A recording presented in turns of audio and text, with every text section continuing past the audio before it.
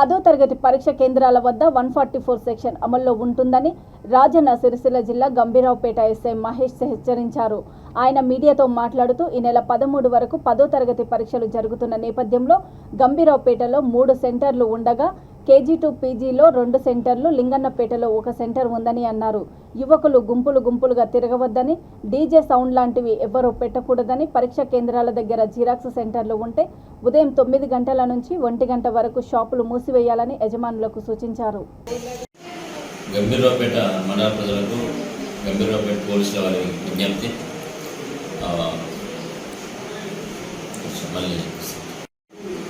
గంభీరావుపేట మండల ప్రజలకు గంభీరావుపేట పోలీసుల వారి విజ్ఞప్తి.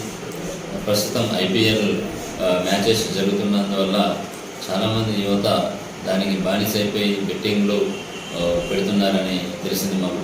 ఈ ఆన్లైన్ బెట్టింగ్లు కానీ, మాన్యువల్గా బెట్టింగ్లు కానీ పెట్టుకొని డబ్బులు పోగొట్టుకొని అప్పుల పాలై వీధి పాలవుతున్నారు, అప్పుల పాలవుతున్నారు.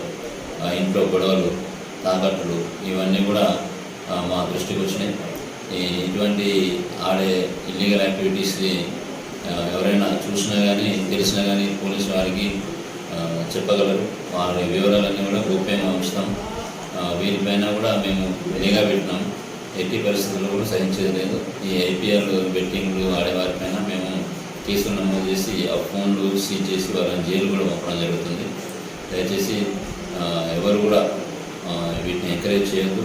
ఆడేవారిపైన కూడా ఖచ్చితంగా మేము చట్టరీత్యా చర్య తీసుకుంటాము. SSC ఎగ్జామ్స్ ఉన్నందున ప్రతి ఒక్కరు కూడా గమనించాల్సిన విషయం ఏంటంటే, ఎగ్జామినేషన్ మన మండలంలో 3 సెంటర్లు ఉన్నాయి. గంభీరావుపేటలో KG2 PGలో ఉన్న ZPHS బాయ్స్ ఒకటి, ZPHS గర్ల్స్ ఒకటి, ఇక్కడ 2 సెంటర్లు. అట్లాగే లింగన్నపేటలోనే ZPHS ఒకటి. మొత్తం 3 సెంటర్లు మన మండలంలో ఉన్నాయి. ఈ రేపటి నుంచి మార్నింగ్ 9 నుంచి ఆఫ్టర్నూన్ 12:30 వరకు ఎగ్జామ్స్ ఉంటున్నాయి. కాబట్టి ఈ ఎగ్జామ్ టైంలో మండల మేజిస్ట్రేట్ గారు 144 సెక్షన్ విధించడం జరిగింది. ఎవరు కూడా అక్కడ ఎగ్జామినేషన్ సెంటర్ దగ్గర ఈ సౌండ్ బాక్సులతో డిస్టర్బ్ చేయడం కానీ, గుంపులుగా ఉండడం నిషేధించడం జరిగింది. ఎవరైనా అట్లా ఈ 144 సెక్షన్ని వయోలేట్ చేసినట్లయితే వాళ్ళ మీద చట్టరీత్యా చర్యలు తీసుకుంటాము, కేసులు కూడా నమోదు చేస్తాము. ఎగ్జామ్ అయిన తరలు బైక్ల మీద త్రిబుల్ రైడింగ్ కొంచెం ర్యాషన్గా రావడం కూడా జరుగుతుంది.